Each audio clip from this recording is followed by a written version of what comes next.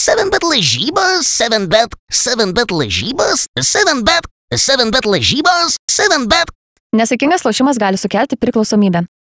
Sveiki, vos tik paleidau paskutinį video ketvirtadienį vakare apie rinktinę, kitą rytą Kauno Žalgiris jau paskelbė apie Rolando Šmito pamainą. Tai yra Alinas Smailagičius. Lyg to dar būtų maža, Donatas Urbonas penktadienio naktį paskelbė, kad greičiausiai paskutinėje gynėjų grandies vietą kartu su Silveinu Francisko užims Tyronas Wallace'as. Abu naujokai labai intriguojantis ir su daug potencialo puolime, bet aš galvoju, kad padarykime tai. Šiandien aš jums papasakosiu apie iš Belgrado Partizaną atvykstantį aukštaūgį, o kokį manau, kad ketvirtadienį pakalbėsime ir apie Tyroną Wallace'ą. Gal tada jau viskas bus ir oficialu. Prieš pradedant, kaip visada, nepamirškite po video arba jau dabar paspausti like, prenumeruokite būtinai kanalą, bei vėliau pasidalinkite įspūdžiais apie Aliną Smailagičių. Taigi, 23 metų serbas paskutinius 3 metus praleido Željko Obradovičiaus globoje. Ir nežinau, kiek iš jūsų tai yra žinoma, bet dar prieš tai 2 metus jis atstovavo Golden State Warriors komandai. 2019 metų NBA antrojo rato šaukimas komandoms už Atlanto patiko dėl 2 gana paprastų priežasčių.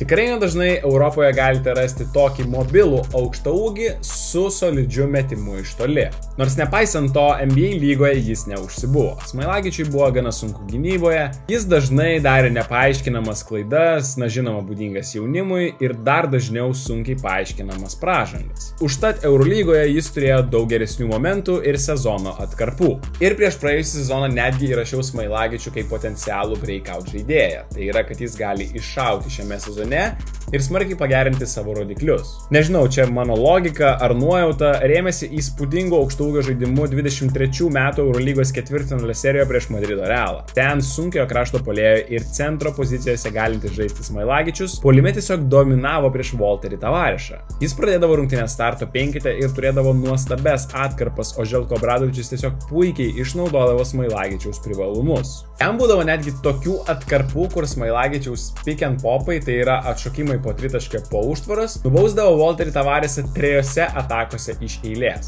Vienas iš bendrai geriausiai besiginančių Eurolygos žaidėjų, bei turbūt didžiausią įtaką baudos aikštelėje turintis asmuo, neturėjo tiesiog ką prieš pastatyti prieš Smailagičių. Pirmose 2 serijos susitikimuose Realas gynėsi pasyvę drop gynybą ir nesikeitė, ir būtent serbo mobilumo bei metimo iš toli kombinacija buvo turbūt geriausias Partizano pasirinkimas puolime. Todėl, kuomet praeitą vasarą Partizanas neteko savo lyderio ir pagrindinio žaidėjo centro pozicijoje, tai yra Matijas Olesoro, aš natūraliai pagalvojau, kad galbūt dabar atėjo metas Smailagičiui iššauti ir turėti savo geriausią karjeros sezoną. Bet, kaip tikrai dažnai būna, krepšinėje logika ne visada pasiteisina. Ir iššauti Smailagičiui sutrukdė keli dalykai. Į komandą iš NBA atvyko Frankas Kaminski, o maždaug po mėnesio po Eurolygos sezono pradžios prisijungė ir Bruno Caboclo. Taip pat niekur nedingo ir Partizano pagrindinis priekinės linijos žmogus Zachas Lydai. Na ir kartu su visais šitais konkurentais dėl vietos ir minučių aikštelėje turbūt nereikia pamiršti geriausio Europos trenerio Željko Obradovičiaus reiklumo.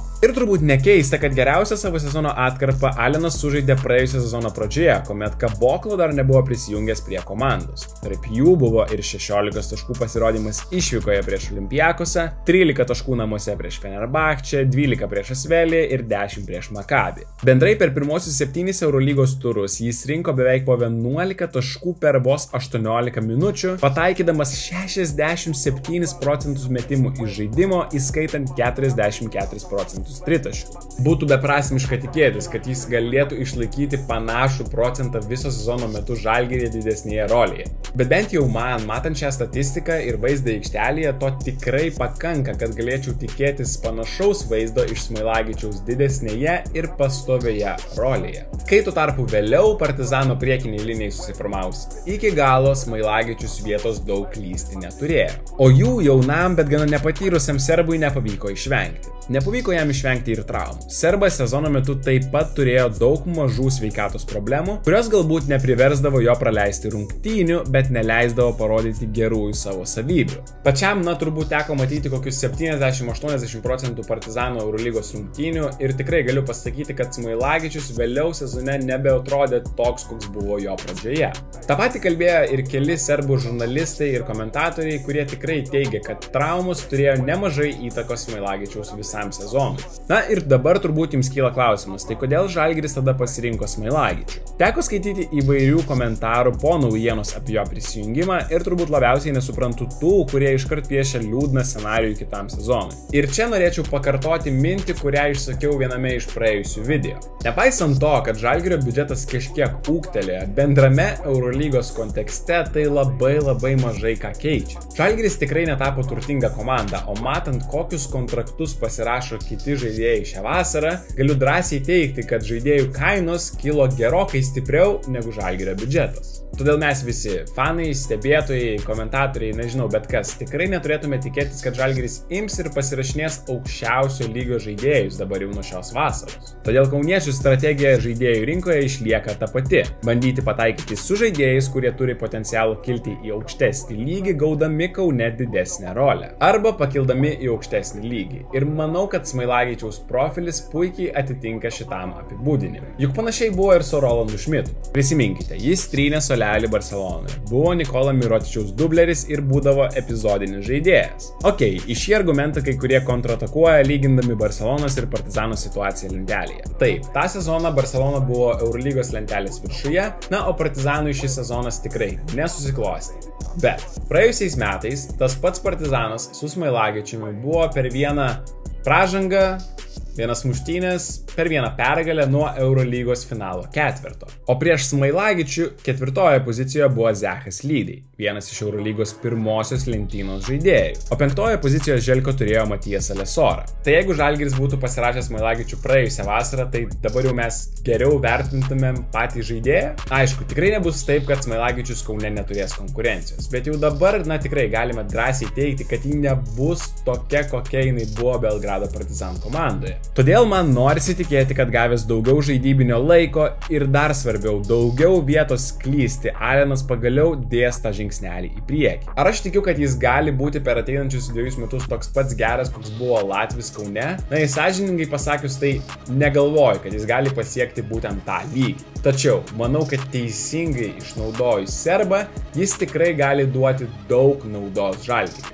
Ir taip pat manau, kad būtent Andrea Trinkieri yra tas treneris, prie kurios Smailagičius gali atsiskleisti. Italas yra puikus strategas, bet dar puikesnis kalbėtojas ir tuo pačiu labai stiprus geriausių savo auklėtinių savybių atskleidime. Kiekvienose rungtynėse, kiekvienoje atakoje jis bando žaisti per jas bei atakuoti varžovų silpnasias vietas. O žaidžiant prieš gigantiškus centrus Eurolygoje, geresnio varianto negu serbas penktoje pozicijoje turbūt nesugalvos. Partizano komanda turėjo tokį vieną derinį, kurią naudodavo prieš pasyvę pick and roll drop gynybą, kurią taiko daugelis komandų su gigantiškais centrais, tokiais kaip Tavaresas, Falas, na, ar visi kiti. Situacija prasideda iš ragų įsidėstymo, kuomet Smailagičius su dar vienu kitu žaidėju stovi viršuje ties tritaškiu. Partizanis žaidėjas naudojasi Aleno užtvarą, o tuo tarpu kitas žaidėjas leidžiasi į baudos aikštelę, tokiu būdu blokuodamas savo tiesioginio oponento pagalbą. Ir taip lengvai, vos vienos užtvaros ir vieno kirtimo pagalba, aukštaūgis gaudavo išsimesti vieną laisvą tritaškį po kito. Jo varžovas tiesiog paprasčiausiai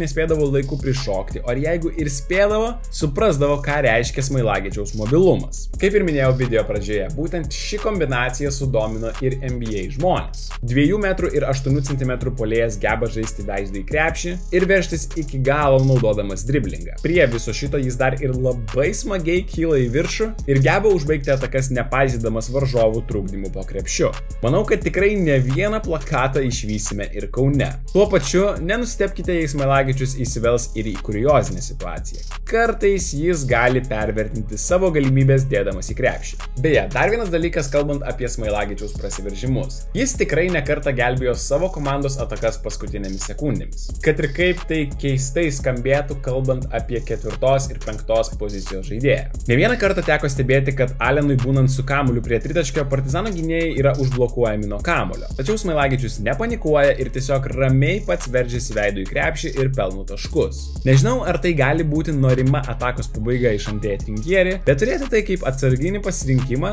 nėra blogai. Prie savo greičio Smailagičius gali dar pasiūlyti neblogą kojų darbą. Nepavykus iki galo įveikti savo žmogaus, jis itin mėgsta pagazdinimus baudos aikštelėje, serbas naudoja atraminę koją iki tol, kol varžovams arba jam pačiam nesusisuka galva. Galbūt prisimenate tą situaciją, kuomet Tavarišas ir visa Realo gynyba tiesiog paliko Smailagičių visiškai laisvą baudos aikštelėje vien dėl Aleno sukimosi aplink savo ašį. Tokiu būdu jis taip pat bando atpirkti savo centimetrų trūkumą žaidžiant 5-oje pozicijoje. Manau, kad būtent žaidžiant vidurio puolėjo pozicijoje Smailagičius turi daugiau ką pasiūlyti puolime. Taip, gynyboje jam ten tikrai sunkiau, bet apie tai kiek vėliau. Tuo tarpu 4-oje pozicijoje Partizane jis praleisdavo, ne itin tikrai tiek daug laiko, todėl didelių išvadų nenorėčiau daryti. Bet kuomet jis žaisdavo šioje pozicijoje, jis paprasčiausiai užimdavo aikštelės plėtėjo vietą ir laukdavo kamuolio kampe. Tuo tarpu, kaip jau matėme šiame video, jam žaidžiant centro puolėjui puolime atsiverdavo didesni pranašumai būtent jam. Ir nors jis nemesdavo daug tritaškių Partizan komandoje, bet varžovai nuo jo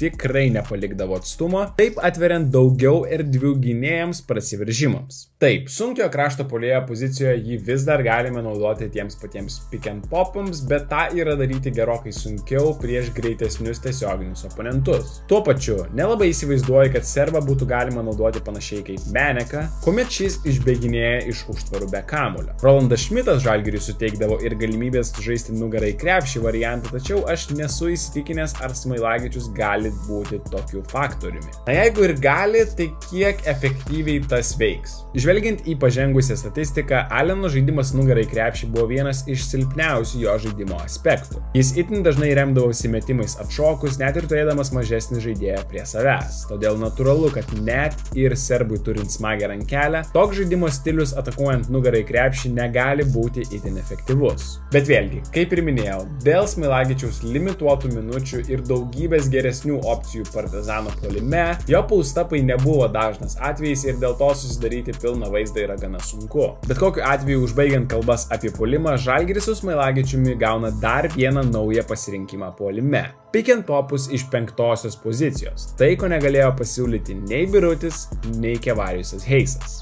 Ir dar vienas dalykas, dėl kurio Žalgirio fanai gali labai greitai pamilti šį serbą, tai yra jo energija ir atsidavimas aikštelėje. Jo energija trykšta per kraštus, jis kovoja dėl kiekvieno kamuolio puolime, dažnai sprintuoja nuo tritaškio vykstant metimui, ar tiesiog tyko aplink lanką ir visuomet bando pataisyti netaiklius komandos draugų metimus šokdamas link jo. Taip pat jo mobilumas jam leidžia dažnai aplenkti savo tiesioginį oponentą, bėgant į greitąjį puolimą. Ir žinoma, tas ypač išryškėja prieš vidurio puolėjus milžinus. Tikiu, kad Smailagičiaus energija gali suduoti ne vieną teigiamą impulsą ne vien Žalgirio arenai, bet ir visai komandai, kuriai galbūt praėjusiais metais trūko daugiau vokalesnių žaidėjų. Pereikime prie Smailagičiaus gynybos. Ir čia yra dvi medalio pusės, ypač naudojant Aleną 5-oje pozicijoje.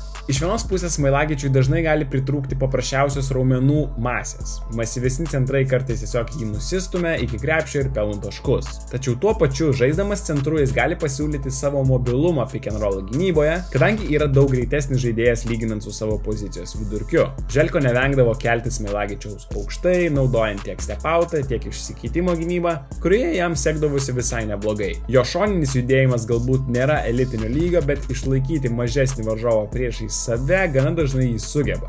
Ir vien tai, kad Želko Obradovičius naudodavo šią gynybą su Smailagičiumi, parodo, kokios yra jo galimybės. Didžiausia Aleno problema šioje aikštelės pusėje yra tai, kad jis daro pernelyg daug kvailų pražangų. Jeigu žaidžiant prieš aukštesnį varžovą, aš dar galiu suprasti pražangas arčiau krepšio, dėja, bet pavyzdžiui, tokių pateisinti neišeina niekaip. Tai kartu su kitais kvailais sprendimais puolime turbūt yra didžiausias Smailagičiaus trūkumas. Ir grįžtant į tą žymėje ketvirtfinalio seriją prieš Madrido Realą, kurią jau minėjau šiame video, ten vienu metu serbo vidurkiai atrodė maždaug taip. Vos 9 minutės aikštelėje, net 9 pelnyti taškai per tą laiką ir net 4,5 pražangos vidutiniškai per tas 9 minutės. Jūs suprantate, apie kokią problemą mes čia kalbame? Ja nekartą išskyrė ir NBA apžvalgininkai, motyvuodami, kodėl aukštaūgis tiesiog negali praleisti daugiau laiko aikštelėje. Todėl man yra labai įdomu, kaip serbas tvarkysis su šia problema Kaune. Visgi norint užsitarnauti didesnę rolę ir svarbes minutės, teks tiesiog kažkaip spręsti šią problemą. Tačiau nenustebkite ir būkite pasiruošę, neabejoju, kad išvysime ne vieną ir ne dvi pražangas, kurios privers trinkierį tiesiog rautis plaukus. Tokia ta Rolando Šmito pamaina Kaune. Su metimu, su potencialu, atletiška, bet kartais be galvos. Pasižiūrėsime, kurios Smailagičiaus pusės pavyks trinkierį atskleisti daugiau. O ką manote jūs? Susirašome komentaruose, nepamirškite palaikinti video ir susitiksime jau greitai, galbūt kokį ketvirtadienį pasikalbėti apie Tyroną Wallace'ą. Galbūt tada jau viskas bus oficialu. Iki. 7bet lažybos, 7bet lažybos, 7bet lažybos, 7bet. Nesaikingas lošimas gali sukelti priklausomybę.